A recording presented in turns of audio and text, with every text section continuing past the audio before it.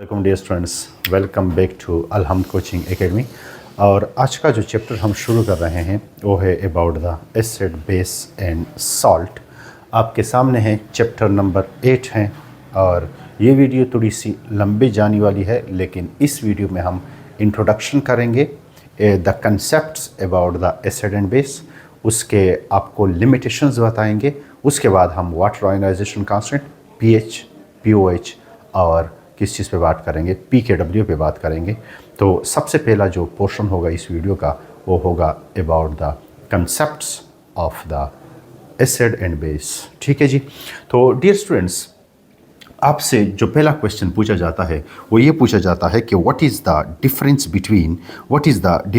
Between the Arrhenius acid base and Bronsted Lowry acid and base. यानी Arrhenius का acid और base के बारे में क्या कंसेप्ट है और ब्रांस्टेड-लूरी का एसिड और बेस के बारे में क्या कंसेप्ट है। याद रखिएगा, यहाँ पर अगर आपको आर्हीनियस एसिड बेस कंसेप्ट आप समझ चुके हैं तो स्पीशी आर्हीनियस एसिड बेस होंगे, तो इसको आप ऐसे नहीं कहेंगे कि ब्रांस्टेड उससे रिजेक्ट करेगा। नहीं, ब्रांस्टेड उससे रिजेक्ट नहीं करेगा, ये बात आपके माइंड में होना चाहिए। ठीक है, तो चलो जी, सबसे पहले शुरू करते हैं आर्हीनियस एसिड बेस कंसेप्ट।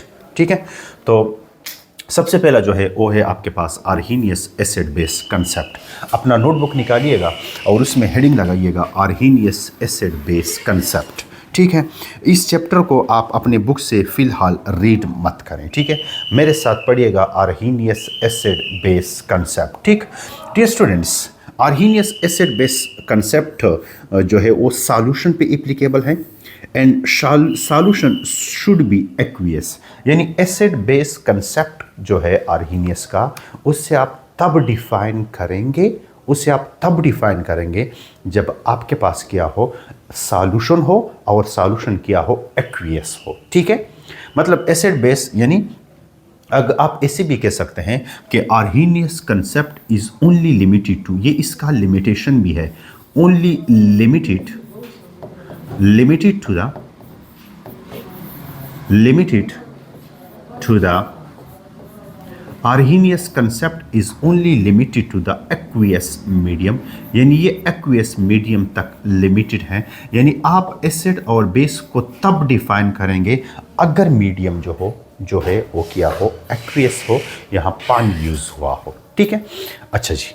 अब H2O should be used as a solvent। H2O is used as a solvent, यानी मतलब आप H2O को as a solvent यूज़ करेंगे। ठीक है, इसके बाद है इसका डिफिनीशन।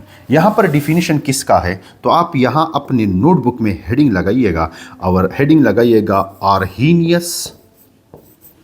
आराम से इस वीडियो को देखें, आपने इसको स्पीड से देखना है।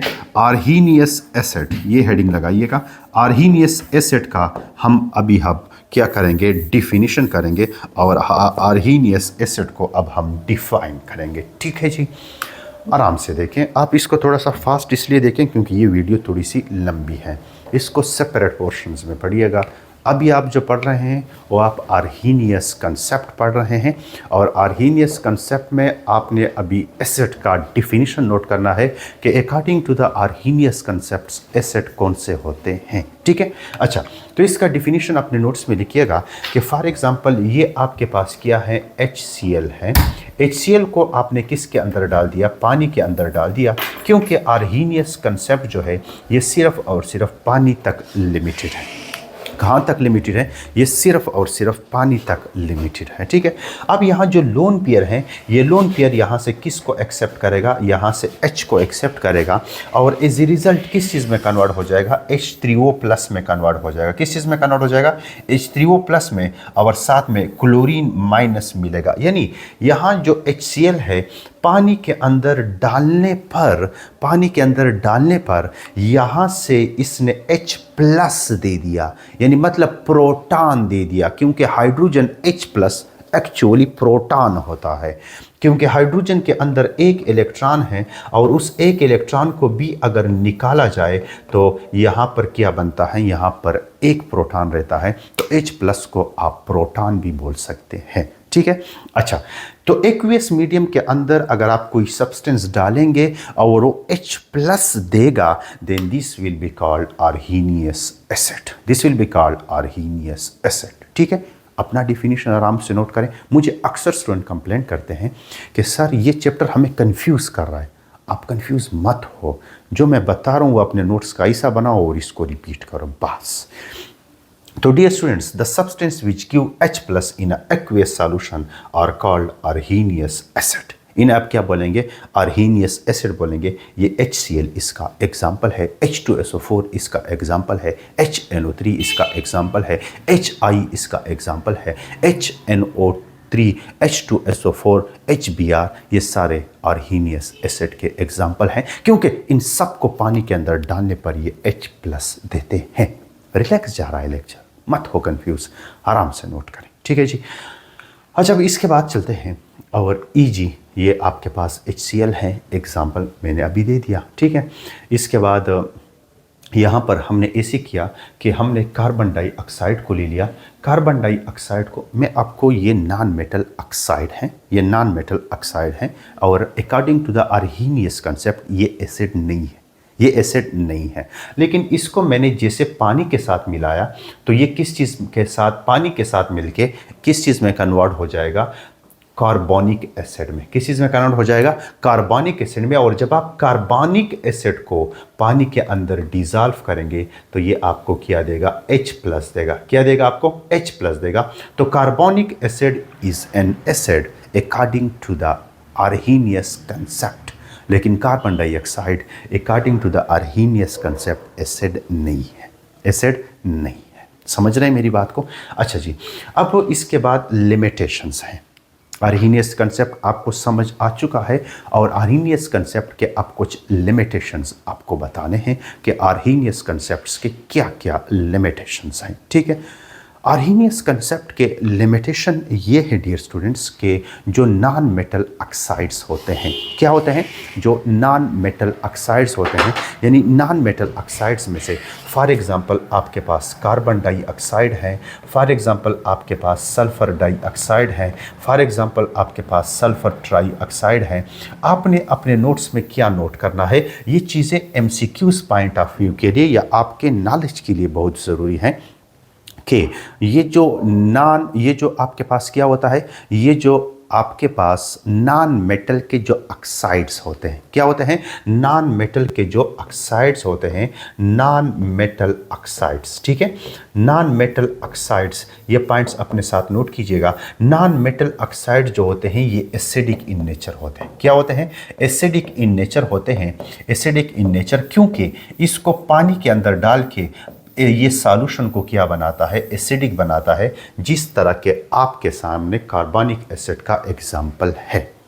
तो आर्हीनियस ने ये नहीं कहा है, आर्हीनियस ने ये नहीं कहा है कि carbon dioxide, sulphur dioxide, SO3 ये नॉन मेटल ऑक्साइड्स हैं या हाइड्रो ऑक्साइड जो है नॉन मेटल के हाइड्रो ऑक्साइड में H2SO4 आता है। ये H2SO4 जो है ये नॉन मेटल के हाइड्रो ऑक्साइड हैं। तो नॉन मेटल के हाइड्रो ऑक्साइड पर तो उसने कमेंट किया कि नॉन मेटल के हाइड्रो ऑक्साइड्स जो हैं ये क्या हैं? ये एसिडिक हैं जब आप इसको पानी के अंदर डालेंगे। ठीक है, यानी मतलब H2SO4 को आप पानी के अंदर डालेंगे तो ये 2H प्लस आयन देगा और साथ में क्या देगा? साथ में क्या देगा आपको? मतलब साथ में आपको सल्फेट आयन देगा। तो ये तो नॉन मेटल हाइड्रो ऑक्साइड तो आपके पास क्या है? वो तो एसिड हैं according to the Arrhenius concept. लेकिन नॉन मेटल के जो ऑक्साइड हैं ये इसका लिमिटेशन है। उन्होंने ये नहीं कहा कि ये भी आपके पास क्या हैं? एसिड्स हैं, हालांकि ये एसिड हैं। हालांकि ये क्या है? एसिड्स हैं, क्योंकि पानी के अंदर डाल के ये क्या बनाते हैं? पानी को एसिडिक बनाते हैं। बट यहाँ पे आर्हीनियस ने ये नहीं कहा था। ठीक है जी। अच्छा, इसके बाद है आर्हीनियस बेस क्या होता है। यहाँ एक चीज़ आप लिमिटेशंस में एक चीज़ और भी आप लिख सकते हैं कि आर्हीनियस कंसेप्ट जो कि मैंने स्टार्ट में कही है, Arrhenius concept is only applicable to the aqueous medium. यहाँ पर एक और कंसेप्ट आपने अपने साथ नोट करना है, और ये मैं MCQs पॉइंट ऑफ व्यू के लिए कह रहा हूँ। Hydro oxide of non metal में कौन आता है? H2SO4। अब आप सोच रहे होंगे कि सर ये हाइड्रो ऑक्साइड कैसा है नॉन मेटल का? तो अब देखो, मैं आपके सामने H2SO4 बना लेता हूँ। ये H2SO4 मैंने बना लिया। ये H2SO4 जो है, इसको मैंने यहाँ पर बना लिया है। ये H2SO4 है, ठीक है जी। H2SO4 में ये OH मौजूद है जो कि कोवेलेंटली बॉन्डेड है, जो कि कोवेलेंटली बॉन्डेड है। जिस भी स्पीशी के अंदर OH मौजूद होता है, चाहे वो कोवेलेंटली बॉन्डेड हो, चाहे वो आयनिकली बॉन्डेड हो, उनको हाइड्रो ऑक्साइड बोला जाता है। एक और पॉइंट आपने अपने साथ नोट करना है, ये जो नॉन मेटल होते हैं, for example sodium hydro oxide, ये नॉन मेटल हाइड्रो ऑक्साइड हैं, ठीक है। नॉन मेटल हाइड्रो ऑक्साइड जो होते हैं ये बेसिक इन नेचर होते हैं, जबकि मेटालिक ऑक्साइड जो होते हैं ये बेसिक इन नेचर होते हैं, जबकि नॉन मेटल ऑक्साइड जो होते हैं ये एसिडिक इन नेचर होते हैं। ये बातें आपके नोट्स का हिस्सा होना चाहिए। तो आपने आज किया सीखा, आर्हीनियस कंसेप्ट तो आपने सीख चुका है। अब आर्हीनियस कंसेप्ट के साथ साथ आपने ये भी सीख लिया है कि जो मेटालिक हाइड्रो ऑक्साइड हैं they are basic in nature, like NaOH, like KOH। जो मेटालिक नहीं, जो नॉन मेटालिक हाइड्रो ऑक्साइड हैं they are acidic in nature, like H2SO4, like H3PO4, like H3PO4, ठीक है, लाइक H3PO4। इस तरह से आपके पास क्या है, लाइक H3PO3, ये भी आपके पास क्या है, हाइड्रो ऑक्साइड है नॉन मेटल का। तो नॉन मेटल के हाइड्रो ऑक्साइड जो होते हैं, नॉन मेटल के क्या, नॉन मेटल के जो हाइड्रो ऑक्साइड्स होते हैं they are acidic in nature, while the hydroxide of metal are basic in nature, ठीक है। ये MCQs के लिए आप अपने साथ नोट करें, ठीक। अच्छा, अब आगे चलते हैं और आर्हीनियस बेस पर बात करते हैं। इसको अपने साथ नोट कीजिएगा प्लीज़। Arrhenius base. अब आर्हीनियस बेस जो है इसको भी हम डिफ़ाइन करेंगे, लेकिन इसको भी आप किस चीज़ के लिए डिफ़ाइन करेंगे? एक्वियस मीडियम के लिए, कि यहाँ पर क्या यूज़ हुआ हो, पानी यूज़ हुआ हो। क्या यूज़ हुआ हो? पानी यूज़ हुआ हो। तो आप इसको एक्वियस मीडियम के लिए डिफ़ाइन करेंगे। किस चीज़ के लिए डिफ़ाइन करेंगे? एक्वियस मीडियम के लिए। तो आपके पास अगर कोई पूछे कि आर्हीनियस कंसेप्ट का मेन लिमिटेशन क्या है, मेन लिमिटेशन क्या है, तो आर्हीनियस कंसेप्ट का मेन लिमिटेशन ये है कि आपके पास ये सिर्फ और सिर्फ लिमिटेड है to the aqueous medium, to the aqueous medium. ये सिर्फ और सिर्फ only limited to the aqueous medium,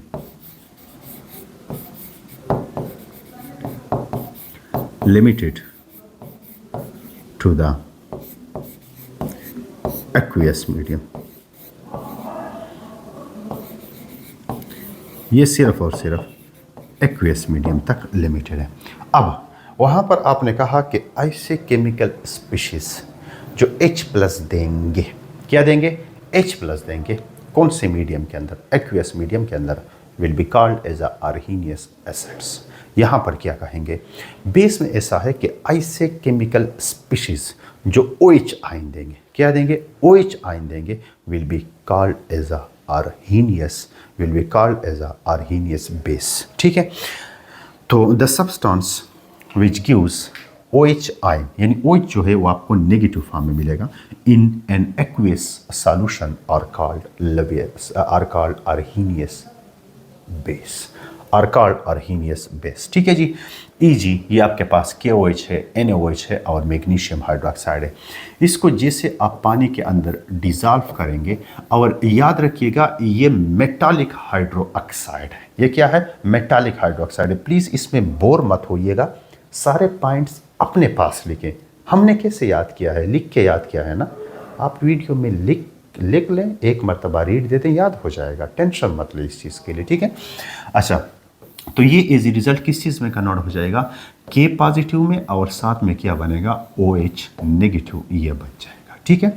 similarly आप इसको भी डिसोसिएट कर सकते हैं। तो पानी के अंदर ये जब देते हैं Na है, सोडियम प्लस आपके पास OH देगा माइनस, और आप इसको भी डिसोसिएट कर सकते हैं। जैसे पानी के अंदर डालेंगे तो आपको मिलेगा मैग्नीशियम +2, और साथ में आपको क्या मिलेगा? 2 हाइड्रो ऑक्साइड मिलेंगे। 2 क्या मिलेंगे? हाइड्रो ऑक्साइड्स मिलेंगे, ठीक है। तो ये आपके पास क्या है, ये आपके पास है द डिफिनीशन ऑफ अर्हीनियस बेस। ठीक है जी। अच्छा, अब थोड़ा सा आगे चलते हैं।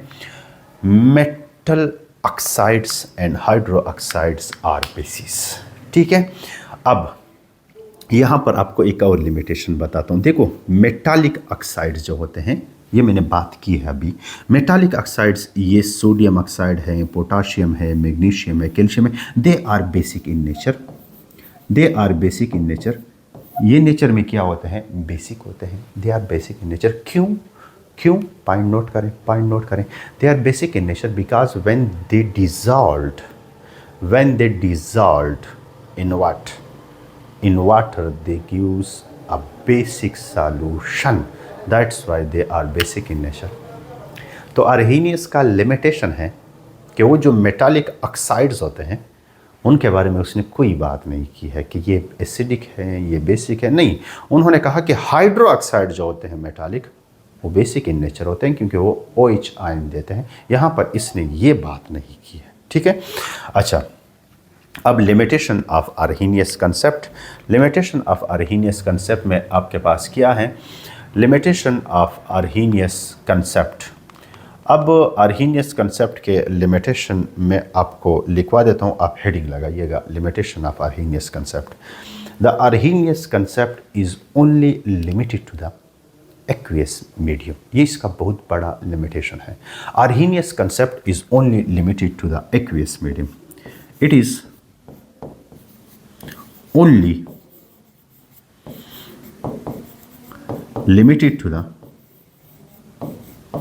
it is only limited to the aqueous medium। ठीक है,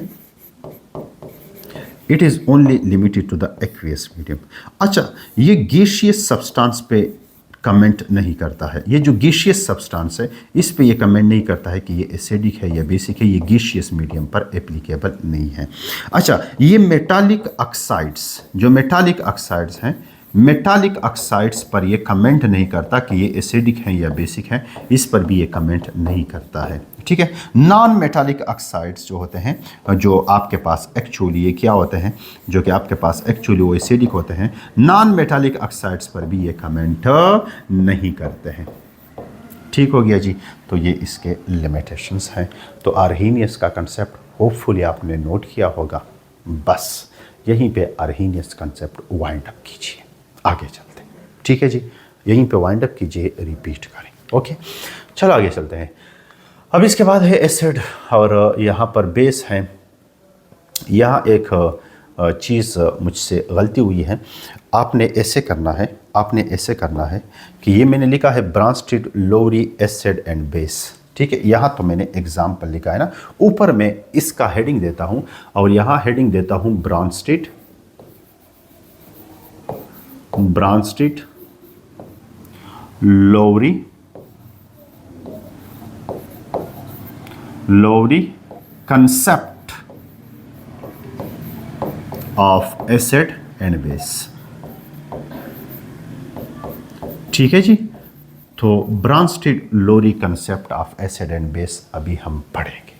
ठीक है, अभी हम क्या पढ़ेंगे, Bronsted Lowry concept of acid and base. Dear students, यहाँ पर आपको सीखना है conjugate acid and conjugate base. आपको क्या सीखना है, conjugate acid and conjugate base. तो अगर आपसे कोई पूछे कि कंजुगेट एसिड और कंजुगेट बेस का कंसेप्ट वो कौन से एसिड बेस कंसेप्ट के साथ लिंक्ड है, तो आपने आंसर देना है ब्रांस्टेड लोरी कंसेप्ट। ये MCQs में भी आपसे पूछा जा सकता है। ठीक है। अब ब्रांस्टेड लोरी कंसेप्ट जो है वो कैसे एसिड और बेस को डिफाइन करता है, तो ब्रांस्टेड एंड लोरी कंसेप्ट जो है it is limited to the proton. ये प्रोटॉन पे बिलीव करता है। किस चीज़ पे बिलीव करता है, प्रोटॉन। ठीक है, ये कंसेप्ट जो है ये अबाउट द प्रोटॉन है। This concept is about proton. मेरे साथ नोट करें, this concept is about proton. ये कंसेप्ट प्रोटॉन के बारे में है। This concept is about proton. ये कंसेप्ट प्रोटॉन के बारे में है। ठीक है। अब प्रोटॉन के बारे में अगर ये कंसेप्ट है तो कैसा है, देखो ये H प्लस है, अब इस पे बात हो गई कि ये प्रोटॉन होता है, H प्लस प्रोटॉन है, ठीक है। अगर कोई स्पीशी H प्लस डोनेट करता है, क्या करता है, डोनेट करता है किसी भी केमिकल रिएक्शन के अंदर, अगर डोनेट करता है, मेरे वर्ड को आराम से सुनिएगा, ऐसा कोई केमिकल स्पीशी जो किसी केमिकल रिएक्शन में H प्लस देता है will be called as the Bronsted-Lowry acid। Arrhenius चला गया, बस माइंड से निकालो, अब नए नोट्स शुरू करो। ऐसा कोई केमिकल स्पीशी जो H प्लस देता हो किसी भी केमिकल रिएक्शन में are known as Bronsted-Lowry acid. और ऐसा कोई केमिकल स्पीशी जो H प्लस एक्सेप्ट करता हो, क्या करता हो, एक्सेप्ट करता हो, will be called as a Bronsted-Lowry base. समझ रहे मेरी बात को, will be called as a Bronsted-Lowry base. अब यहां पर definition, species which donate tons या कैपेबिलिटी रखता हो to donate proton are known as Bronsted-Lowry acid, ठीक है। अच्छा, फॉर एग्जांपल ये HCl है, ये Bronsted-Lowry एसिड भी है और आर्हीनियस एसिड भी है, क्योंकि ये किसी भी केमिकल रिएक्शन में, फॉर एग्जांपल अमोनिया के साथ ये रिएक्शन करता है, तो ये अमोनिया को अपना H प्लस देता है और यहां पर अमोनियम बनाता है और यहां पर माइनस आता है, Cl माइनस, यानी मतलब HCl आर्हीनियस एसिड है, जो अभी पढ़ाया आर्हीनियस एसिड है, तब है जब ये एक्वियस मीडियम में हो। अच्छा, तो फिर ये Bronsted-Lowry एसिड भी है, हाँ जी, Bronsted-Lowry एसिड भी है। अब HCl, मैंने ऐसे कहा कि ऐसा ना हो कि आप ऐसे सोचे कि आर्हीनियस ने किसी चीज को एसिड कहा तो Bronsted-Lowry उसे नहीं कह सकता है, कह सकता है ना जी, क्यों नहीं कह सकता है, लेकिन उसने ये जो एक्वियस मीडियम था उसको निकाल दिया, किसने, Bronsted-Lowry ने, यानी Bronsted-Lowry ने मीडियम को निकाल दिया। Bronsted-Lowry ने कहा एक्वियस मीडियम जरूरी नहीं है, बस जो भी स्पीशी H प्लस देता हो ना, या टेंस, या वो रखता हो कैपेबिलिटी देने की, will be called as a acid. अब यहां पर एक केमिकल रिएक्शन आपके पास हुआ है, तो यहां पर ये जो अमोनिया है, इसने तो एक्सेप्ट किया है, then this will be called base. कौन सा बेस, Bronsted-Lowry बेस। समझ रहे हैं मेरी बात को, ये आपके सामने इसका डिफिनेशन लिखा गया है। क्या इसमें एक्वियस मीडियम का कोई जिक्र है, नहीं है, ये गैसियस मीडियम पर एप्लीकेबल है, ये किसी भी इनऑर्गेनिक मीडियम पर, किसी भी ऑर्गेनिक मीडियम पर ये मीडियम का मोहताज नहीं है। यही इसी वजह से Bronsted-Lowry कंसेप्ट आर्हीनियस पे भारी है।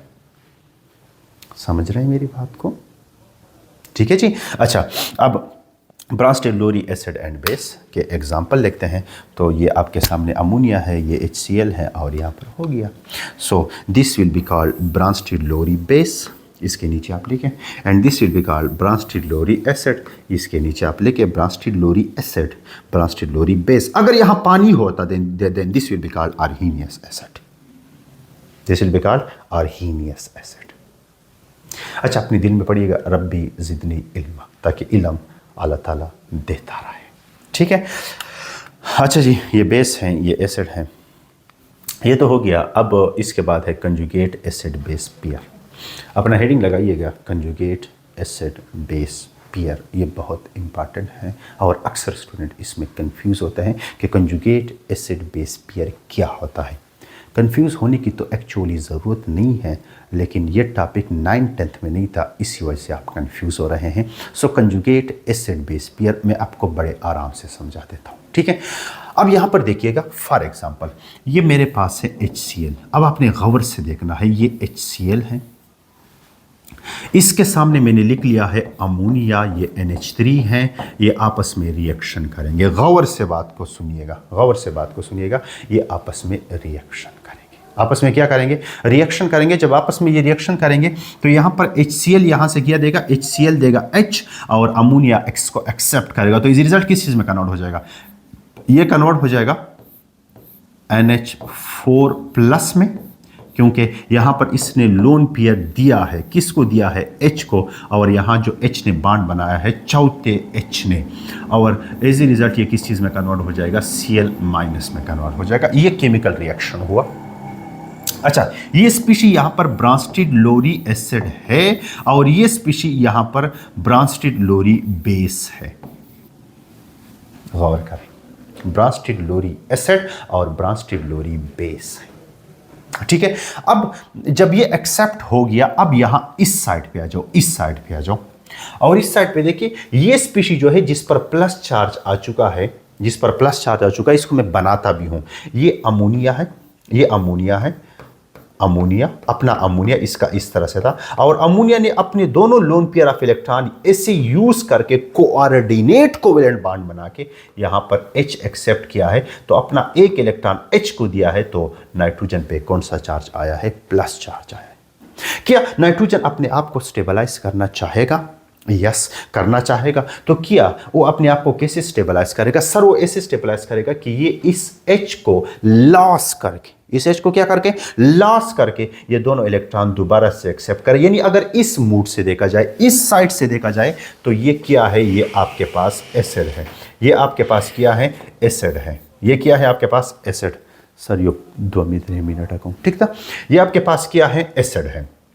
अब अगर आप इसको देखें तो क्या इस पर नेगेटिव चार्ज है कि नहीं? क्या ये अपने ऊपर नेगेटिव चार्ज खत्म करना चाहेगा? नेगेटिव चार्ज मींस इलेक्ट्रॉन, तो इलेक्ट्रॉन तो प्रोटॉन पर अटैक करेंगे, मतलब जब प्रोटॉन पर अटैक करेंगे तो ये एक्सेप्टर बन जाएगा इस साइड पर, तो ये क्या है आपके पास, बेस है, ये आपके पास क्या है, बेस है। लेकिन अब मेरी बात को गौर से सुनना, कंजुगेट एसिड बेस पेयर अभी मैं आपको समझा देता हूं। देखो देखो, ये स्पीशी जो यहां पर एसिड है, यहां पर एसिड है, इसने H प्लस लॉस करके किस चीज में कन्वर्ट हुआ, बेस में। अब ये बेस सिंपल बेस नहीं, ये बेस क्या कहलाया जाएगा, कंजुगेट बेस। क्या कहलाया जाएगा, कंजुगेट बेस। अब इसको कंजुगेट बेस क्यों कहा जाता है?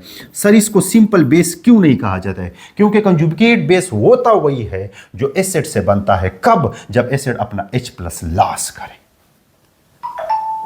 समझ रहे हैं मेरी बात को? सही है जी सर, से चल पके ओशन। अब आप उससे कंजुगेट बेस बोलेंगे, क्यों? क्योंकि कंजुगेट बेस वो बेस होता है जो कि एसिड से बनता है।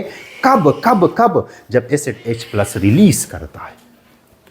तो यहां पर ये एसिड है, यहां पर ये बेस है, लेकिन कौन सा base, conjugate base. Conjugate base, आप इसको सिंपल बेस नहीं बोलेंगे। सर क्यों?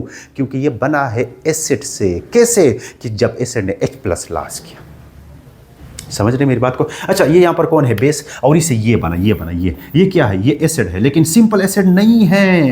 ये कौन सा एसिड है, कंजुगेट एसिड है। सर इसको आप सिंपल एसिड क्यों नहीं बोल रहे हैं, आप इसको कंजुगेट एसिड क्यों बोल रहे हैं? क्योंकि कंजुगेट बेस का एसिड का डिफिनीशन यही है कि वो बेस से बनता है, और तब बनता है जब बेस एक H प्लस एक्सेप्ट करता है।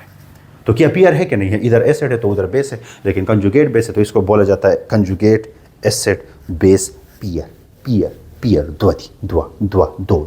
दो। यानी मतलब यह है कि कंजुगेट एसिड और बेस एक दूसरे से डिफरेंट होते हैं प्रोटॉन पे। किस चीज पे? प्रोटॉन पे, प्रोटॉन पे। मतलब इसके पास इधर प्रोटॉन है तो एसिड है, इधर प्रोटॉन नहीं है तो बेस है। एक प्रोटॉन पे जब डिफरेंट होंगे ना एक दूसरे से, तो इसको आप क्या बोलेंगे, इसको आप कंजुगेट एसिड बेस पेयर बोलेंगे। समझ रहे मेरी बात को? कंफ्यूज मत हो इस टॉपिक में। तो ये आपके सामने है, the reactant and product that are different from each other by the H plus are called as conjugate acid base.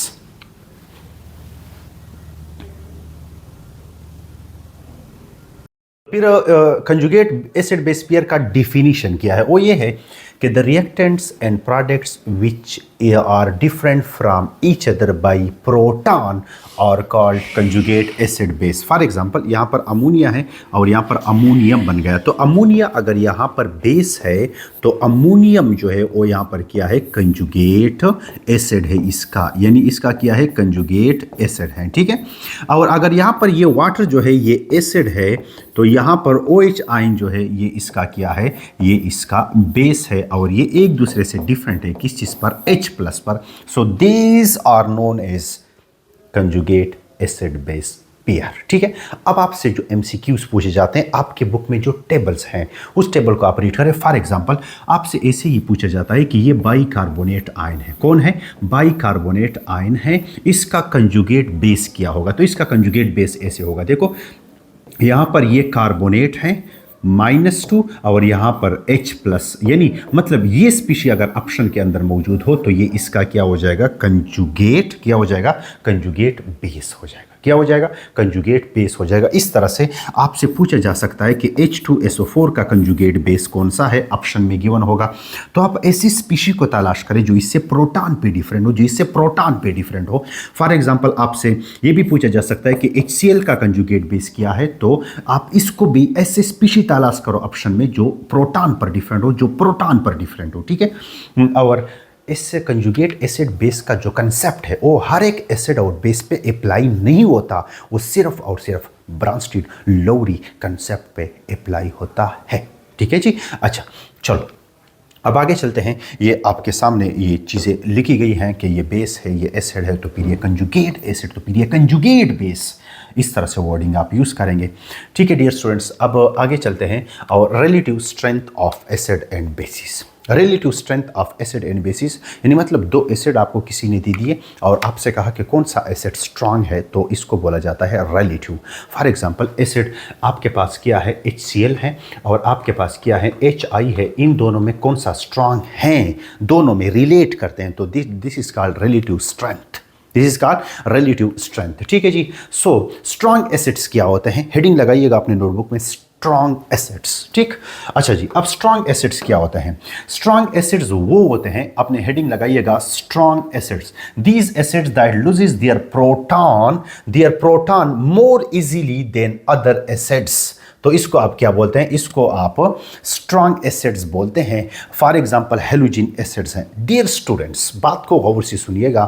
Strong acids कौन से एसिड्स होते हैं? वो एसिड्स जो आसानी से H+ लॉस करते हैं, उनको आप क्या बोलते हैं? स्ट्रॉन्ग एसिड बोलते हैं। या ऐसी ऐसे डिफिनेशन भी आप कर सकते हैं कि स्ट्रॉन्ग एसिड्स, अपने नोटबुक पे आप नोट भी करें, strong acids are those acid that dissociate completely in aqueous solution या इन अ सॉल्यूशन जो कंप्लीटली डिसोसिएट होते हैं, 100% डिसोसिएट होते हैं, उन्हें आप क्या बोलते हैं?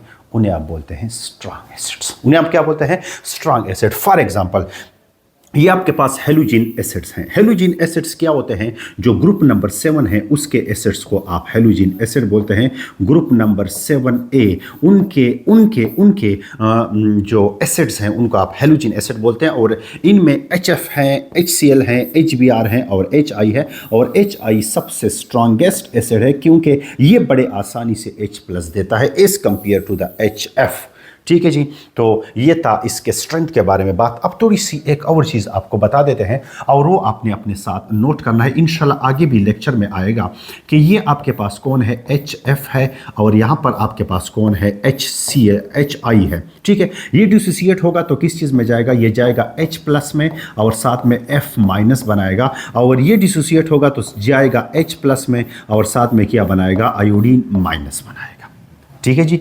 अच्छा, अब ये आपके पास हैं और ये दोनों एसिड्स हैं, दोनों H+ दे रहे हैं। ठीक है। अच्छा, ये अगर यहाँ पर एसिड हैं तो ये F- इसका कंजुगेट बेस है। ठीक है। और ये अगर यहाँ पर एसिड हैं तो ये जो HI है ये इसका कंजुगेट बेस है। ये इसका क्या है? कंजुगेट बेस है। ठीक है। अब यहाँ पर मैंने आपको एक और चीज़ भी बतानी है कि सर ये वाला स्ट्रॉन्ग एसिड क्यों है, ये वाला 100% डिसोसिएट क्यों होता है, ये चीज़ आपने नोट करनी है। थोड़ा सा आपको ये कंसेप्ट थोड़ा सा महंगा पड़ने वाला है, लेकिन इंशाल्लाह सीख जाएंगे क्योंकि पूरा लेक्चर इसी पर बेस्ड होगा। अब डियर स्टूडेंट्स, आपसे मैं एक सवाल पूछता हूँ कि अगर ये HF यहाँ से H+ देगा तो F पर माइनस चार्ज आएगा, यहाँ से ये H देगा तो I पर माइनस चार्ज आएगा। अब देखते हैं कि F पर माइनस चार्ज स्टेबल है या I पर माइनस चार्ज स्टेबल है। अब अगर आप देखें तो F का साइज छोटा है और छोटे साइज पे चार्ज आया है, और यहाँ पर I का साइज बड़ा है और बड़े साइज पे चार्ज आया है। यानी छोटे साइज के पास इलेक्ट्रॉन्स आए हैं, यहाँ बड़े साइज के पास इलेक्ट्रॉन आए हैं।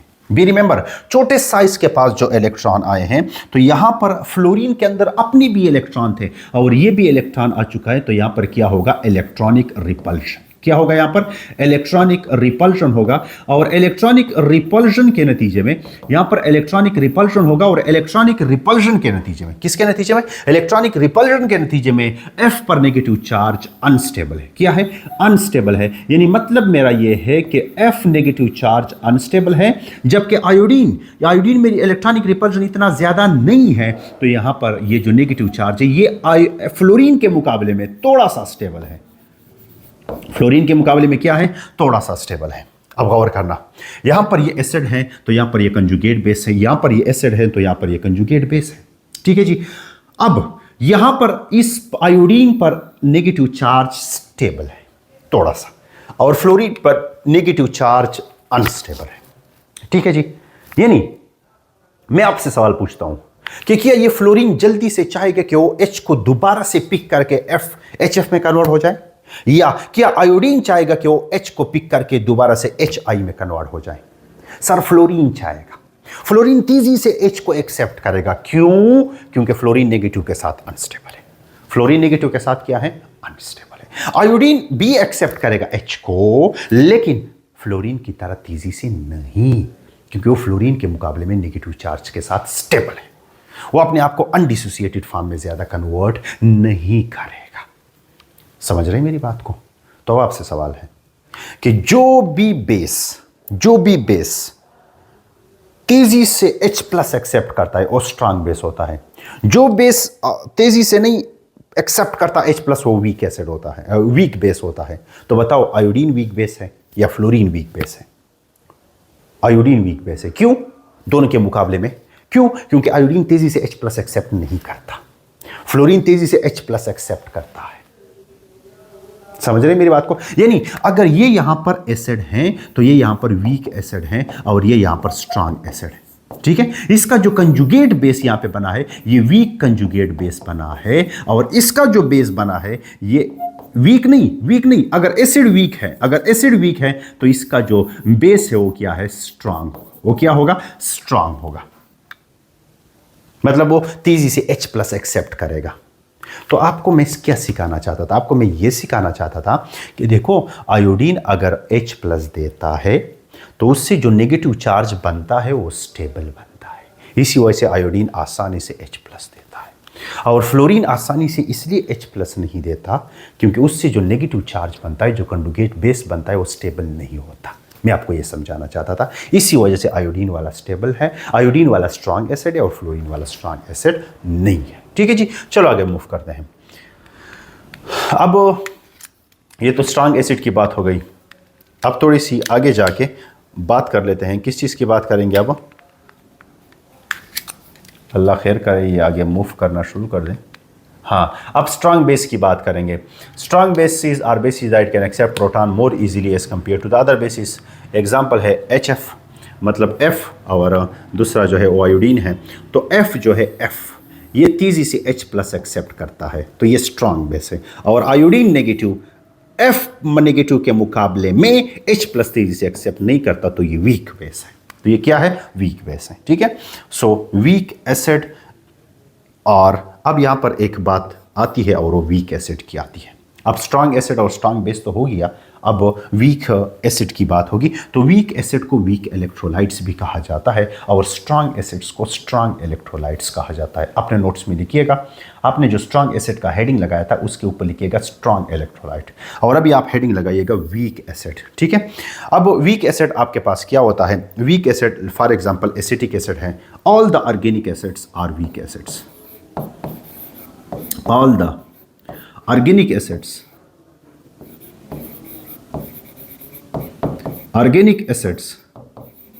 are weak acids।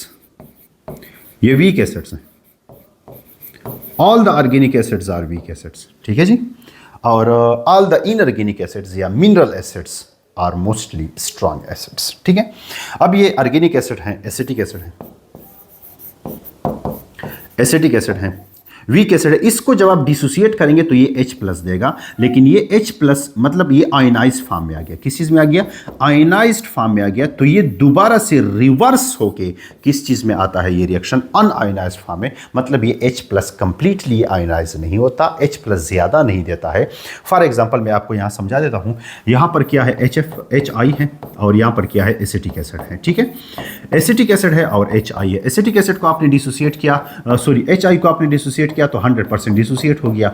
अब आपने एसिटिक एसिड को डिसोसिएट किया तो 100% डिसोसिएट नहीं हुआ और रिवर्सिबल रिएक्शन कर गया। मतलब अगर यहां पर 100 मॉलिक्यूल हैं तो 100 के 100 मॉलिक्यूल किस चीज में कन्वर्ट हो गए? आयनाइज्ड फॉर्म में। 100 के 100 मॉलिक्यूल ने H प्लस दे दिया। यहां पर 100 मॉलिक्यूल है तो 100 में से 80 मॉलिक्यूल ने H प्लस दे दिया और 20 मॉलिक्यूल अनआयनाइज्ड फॉर्म में रहे। इट मींस कि ये वीक एसिड है।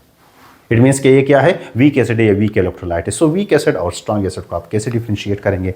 स्ट्रॉन्ग एसिड्स वो एसिड्स होते हैं जो कंप्लीटली डिसोसिएट होते हैं, अनआयनाइज्ड फॉर्म में नहीं रहते हैं। ठीक है, और वीक एसिड क्या होते हैं? जो आपके पास अगर इसका इक्विलिब्रियम इस्टेब्लिश हो जाए, इसका आयनाइजेशन का प्रोसेस कंप्लीट हो जाए, तो आप उसको इक्विलिब्रियम पर जब आप देखेंगे तो अनआयनाइज्ड फॉर्म में भी कुछ एसिड्स रहते हैं।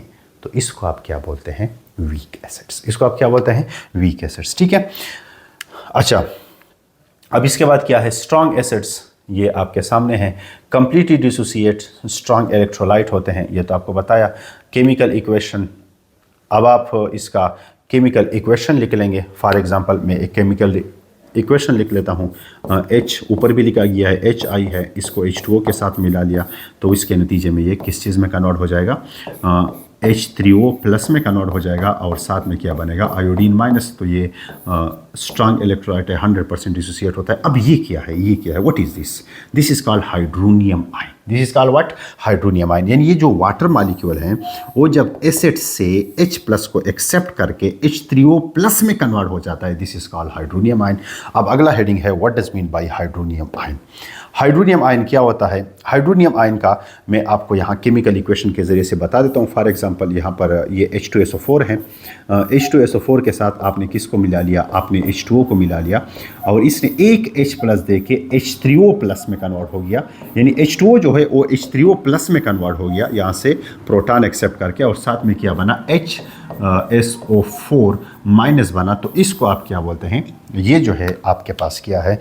ये आपके पास हाइड्रोनियम आयन है और ये वाटर में यानी एक्वियस मीडियम में बनता है जब हम उसमें एसिड डालते हैं। क्या डालते हैं? एसिड डालते हैं। तो यहाँ पर when an acid give H plus in aqueous solution, तो the water accept H plus with the help of lone pair, with the help of lone pair,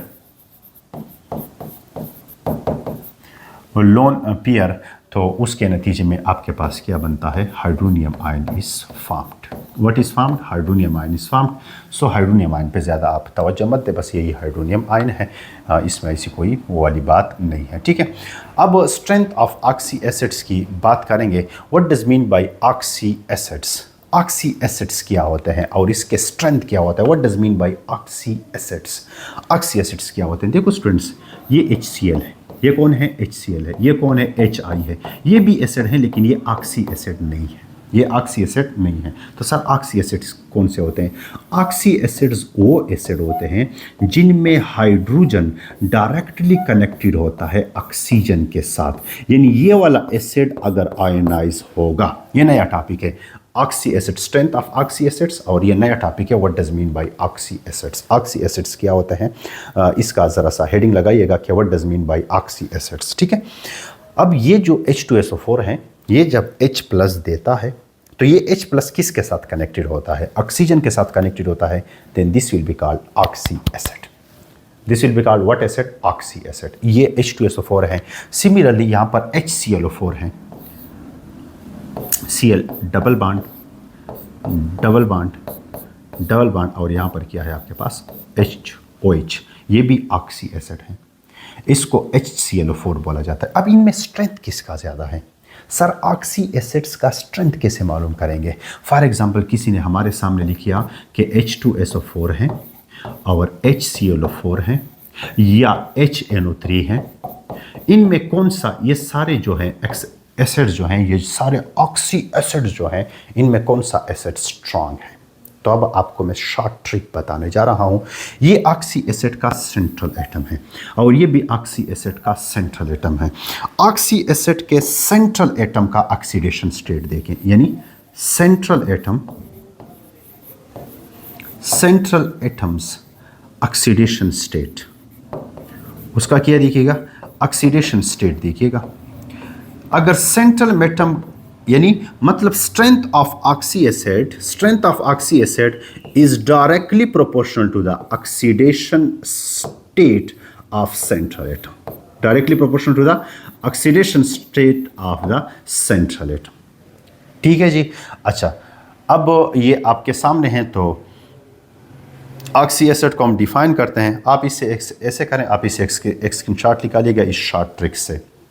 आगे जाके आपको बताता हूँ कि H2SO4 ज़्यादा स्ट्रेंथ वाला है या HClO4 ज़्यादा स्ट्रेंथ वाला है, लेकिन ऑक्सी एसिड के लिए आप ये पॉइंट अपने साथ नोट करें। ठीक है, अब आगे चलते हैं और इस चीज़ को हम डिफाइन करते हैं कि the acids that give H+ which is directly connected to the oxygen atom are called oxy acid. Their strength is compared by comparing the oxidation state of the central atom. अब यहाँ पर chemical equation लिखेंगे। अब आपने गौर करना है, ये आपके पास H2SO4 है, H2SO4, और ये आपके पास HClO4 है। ठीक है, अगर मैं यहाँ पर सल्फर का ऑक्सीडेशन स्टेट मालूम करूँगा तो ऐसा है। ऑक्सीडेशन स्टेट स्टिल आपको नहीं आता है, वो आप लास्ट चैप्टर में मालूम करते हैं। यहाँ पर है -8, क्या है आपके पास -8। ऑक्सीजन अगर 4 हो तो उस पर -8 ऑक्सीडेशन स्टेट आता है। हाइड्रोजन अगर 2 हो तो इस पर +2 आता है। तो +2 -8, इससे सल्फर पर बनेगा क्या, +6, यानी सल्फर का ऑक्सीडेशन स्टेट +6 है। ठीक है, अब आप यहाँ पर HClO4 में आ जाएं। अगर ऑक्सीजन 4 है तो इस पर क्या आता है, -8, इधर आता है +1, तो इधर क्या आएगा, इधर आएगा +7। सो +7 यहाँ पर क्लोरीन का ऑक्सीडेशन स्टेट है। बताओ HClO4 स्ट्रॉन्ग एसिड है या H2SO4 स्ट्रॉन्ग एसिड है? HClO4 स्ट्रॉन्ग एसिड है, क्योंकि यहाँ पर ऑक्सीडेशन स्टेट सेंट्रल एटम का ज़्यादा है। ट्रिक नोट करो अपने नोट्स में, शाबाश नोट करो। इस तरह से जितने भी ऑक्सी एसिड आते हैं उसको आप ऐसे कंपेयर करेंगे। ठीक है जी। अब HNO3 का आप खुद कहें कि HNO3 में अगर इधर आप देखें तो इधर बनता है -6, इधर बनता है +1, तो दरमियान में बनता है +5 ऑक्सीडेशन स्टेट को मालूम करने का अलग तरीका है, वो इंशाल्लाह लास्ट चैप्टर में आपको एक्सप्लेन कर दूंगा। तो +5 है तो सबसे स्ट्रॉन्गेस्ट HClO4 है, दूसरे नंबर पर H2SO4 है और तीसरे नंबर पर कौन है, HNO3 है। तो ये स्ट्रेंथ है ऑफ ऑक्सी एसिड्स। ठीक है, इसको नोट करें प्लीज़। अब इसके बाद है expressing the strength of acid and base. Weak acid has a strong conjugate base और strong base having a weak conjugate base. ठीक है, ये जो टॉपिक है इस पर मैं छोटा सा एक क्लिप बनाता हूँ और वो मैं आपको बाद में डिस्कस करता हूँ। आज मैंने आपको बहुत थका दिया है, आज इतना ही वीडियो काफ़ी है। इंशाल्लाह अगले लेक्चर में ये कंजुगेट एसिड, कंजुगेट बेस, उस पर मैंने इस लेक्चर में थोड़ा सा टच दिया था, लेकिन खैर है, उस पर छोटा सा वीडियो बना देता हूँ। ठीक है जी, thank you for joining Alhamd coaching academy, और मेरे यूट्यूब चैनल को सपोर्ट कीजिएगा। इंशाल्लाह आप लोगों को free of cost education provide करूँगा। अपने केमिस्ट्री के जितने खिदमात हैं वो मैं परफॉर्म करता रहूँगा। अल्लाह नेगहबान।